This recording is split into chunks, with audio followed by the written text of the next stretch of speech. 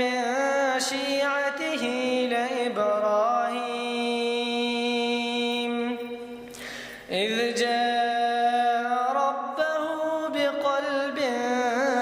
سليم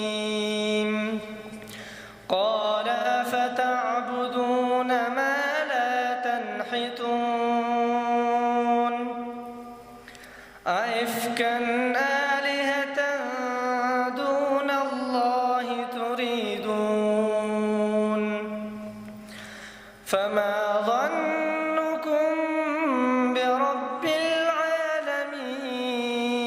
العالمين فنظر نظرة في النجوم. اول بحث د شمس متعلق ځکه علما فرمایي کله چې د مخلوق تعظیم زړه ته ښکته سي د خالق تعظیم خود به خود زړه ته کته کیږي. نو اول باید سړی کوشش وکړي په مخلوقاتو د الله جل جلاله کې مطالعه او تفکر وکړي تر څو د مخلوق تعظیم زړه ته کته سي د مخلوق تعظیم سره سره د خالق تعظیم زړه ته کته کیږي. علامه موسی خان بازی رحمه الله یو کتاب لیکلی په نامه د هیئة الوسطی سره. دا 3 کتابونه دي، هیئة الکبرى، وسطی او صغرا.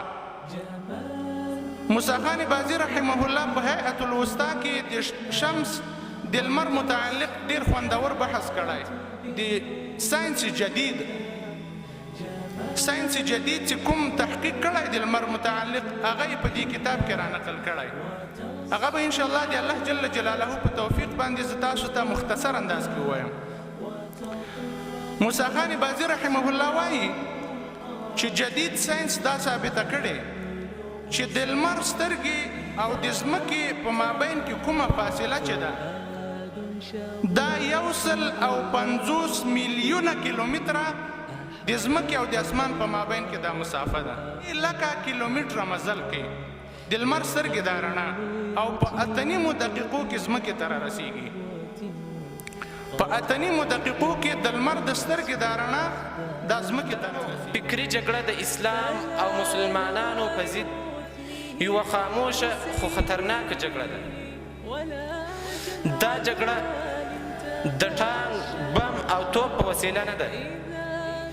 بلکې دا جګړه د خلکو ذهنونو او عقایدو او فرهنګ او هویت د خرابولو له لارې ترسره کیږي. د دې جګړې هدف دا دی چې مسلمانان د خپلو ایمانی ارزښتونو او تاریخي ویاړونو څخه جدا شي، د کفر، فحشا او مادیت لوري ته روان شي. مسلمانان د غربي او کفري طاقتونو غلامان شي. خو موږ او تاسو ته اسلام دا سبق راکوي چې دښمنان نه یوازې د وسلې څخه بلکې په فکري، عقیدوي او هویتي یرغل باندې هم کار کوي. قرآن او احادیثو دواړو موږ او تاسې له دې خطر څخه خبر کړي یو او د دې د مقابلې لاره یې هم راښولې ده، لکه څنګه چې الله تعالی په قرآن کریم کې فرمایي ود كثير من أهل الكتاب لو يردونكم من بعد إيمانكم كفارا حسدا من عند أنفسهم. ډېر له اهل کتابو څخه دا غواړي چې مسلمانان وروسته له ایمان څخه بیرته کفر ته واړوي د خپل حسد له وجې. د دې آیات له مقصد څخه موږ او تاسو ته دا څرګندېږي چې یهود او نصارا او همدارنګه نور کفار ټول دا غواړي چې مسلمانان بیرته له خپل ایمان څخه واړوي کفر ته، او دا د فکري جګړې له لارې. جنت کې بس جانان بوي مزي بوي ښکلې پېغلې حورې او غلمان بوي مزي بوي ښکلې پېغلې حورې او غلمان بوي مزي بوي. شاد بوي شراب بوي شده باوي او بباوي شاد بوي شراب بوي شده باوي او بباوي کور خوا کې نهرونه بس روان بوي مزي بوي کور خوا کې نهرونه بس روان بوي مزي بوي هلته په جنت کې بس جانان بوي مزي بوي كل بغل حوري أو غلمان بوي مزي بوي كل بغل حوري أو غلمان بوي مزي بوي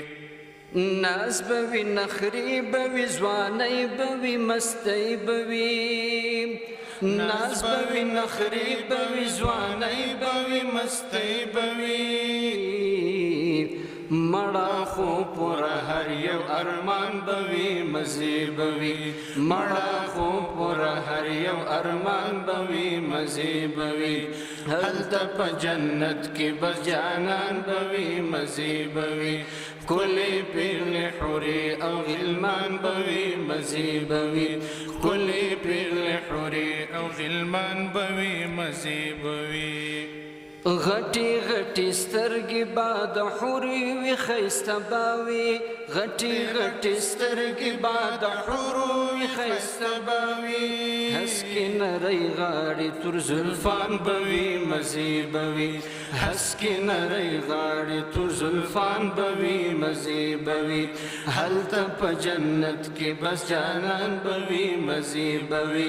كل بغل حوري أو غلمان بوي مزي بوي كل بغل حوري أو غلمان بوي مزي بوي تخت بوي پالنگ بوي محلي رنگ پرنگ بوي تخت بوي پالنگ بوي محلي رنگ پرنگ بوي خختی د یاقوت او د مرجان بوي مزي بوي خختی د یاقوت او د مرجان بوي مزي بوي هلته په جنت کې بس جانان بوي مزي بوي كل بغل حوري او غلمان بوي مزي بوي كل بغل حوري او غلمان بوي مزي محترمو په بل ځای کې حدیث شریف دی چې شهید دا د زکندن د تکلیف څخه خلاص دي په وخت د زکندن کې به دته هیڅ تکلیف نه ورکول کیږي وجه دا ده چې د شهید روح چې دی الله یې خپله قبض کوي د نور مړو په شان باندې نه دی د نور مړو ارواح ملک الموت قبض کوي خو د شهید روح الله خپله قبض کوي نو ځکه دته تکلیف نشته او دی دا وایي ثم احیا ثم اقتل ثم احیا ثم اقتل یا الله ما ژوندی که دنیا ته مې واستوه او ستا پر دشمنانو پر مشرکینو باندې غلبه راکړې بیا مو شهید که بیا مو دنیا ته واستوه بیا مو شهید که بیا پر کفارو ستا پر دشمنانو باندې غلبه راکړه او بیا مو شهید که دا ځکه چې د شهید د زکندن تکلیف نه دی لیدلی نور مړي نه وایي چې بیا مې دنیا ته واستوه بیا مو ژوندی که بیا مې دنیا ته واستوه ځکه د شهید زکندن دا داسې دی لکه میږی څه وچیږي داسې نه دی لکه نور مړي ویرا مقعده من الجنه او د شهید چې کوم مقام دی چې الله عزوجل په جنت کې ورکړی دی هغه مقام الله عزوجل د تشکاره کوي او شهید دا د قبر د عذاب څخه هم خلاص دی په قبر کې الله عزوجل عذاب نه ورکوي وجه دا ده چې دغه انتحام چې په قبر کې د ده څخه اخیستل کیږي دغه انتحام دا په دنیا کې د دې شهید څخه اخیستل سوی دی هغه دا چې د شهید پر سر به د تورو پړکهارو په دنیا کې او یا د بومانو یا د مرمیو پر باران ولو دغه انتحام د شهید لپاره بس دی په دنیا کې بس دغه د ده لپاره کافي و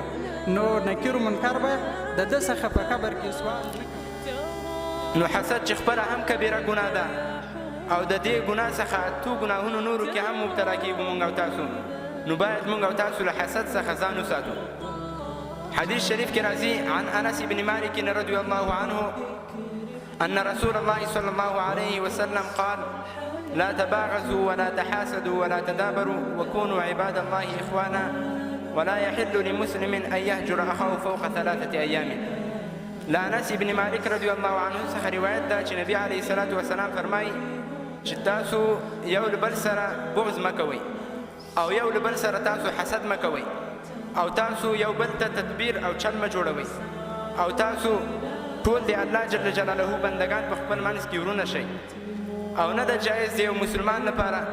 چې د بل مسلمان سره له 3 ورځو نه زیات خفه وي. راځم دوهمې خبرې ته. او بل ځای کې هم نبی علیه الصلاة والسلام فرمایي إياكم والحسد فإن الحسد يأكل الحسنات كما تأكل النار الحطب. وایي تاسو ځان وساتئ له حسد نه، بېشکه دا حسد دا نیکۍ داسې خوري لکه څنګه چې اور لرګي خوري. خو راغلی په منبر دی اذان نشته وا بلاله بلاله ښکاري جانان نشته وا بلاله بلاله ښکاري جانان نشته. سپی دی خو راغلی په منبر دی اذان نشته سپی دی خو راغلی په منبر دی اذان نشته وا بلاله بلاله ښکاري جانان نشته وا بلاله بلاله ښکاري جانان نشته. په مدینه کې خاموشي ده ورکل زړونو خوشحالي ده. په مدینه کې خاموشي ده ورکل زړونو خوشحالي ده. بیا راځي جبريل نزول د قرآن نشته بیا راځي جبريل نزول د قرآن نشته وا بلاله بلاله ښکاري جانان نشته وا بلاله بلاله ښکاري جانان نشته. سپی دی خو راغلی په منبر دی اذان نشته سپی دی خو راغلی په منبر دی اذان نشته وا بلاله بلاله ښکاري جانان نشته وا بلاله بلاله ښکاري جانان نشته. هغه محراب و انتظار دی ریاض الجنت نا قرار دی. هغه محراب و انتظار دی ریاض الجنت نا قرار دی. نن مدینه کې هغه المرد جهان نشته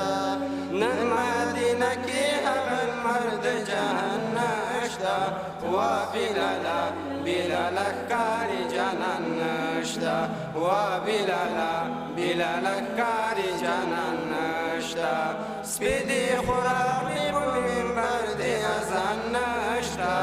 سپی دی خو راغلی په منبر دی اذان نشته وا بلاله بلاله ښکاري جانان نشته وا بلاله بلاله ښکاري جانان نشته. اغفر لنا ذنوبنا وكفر عنا سيئاتنا وتوفنا مع الأبرار.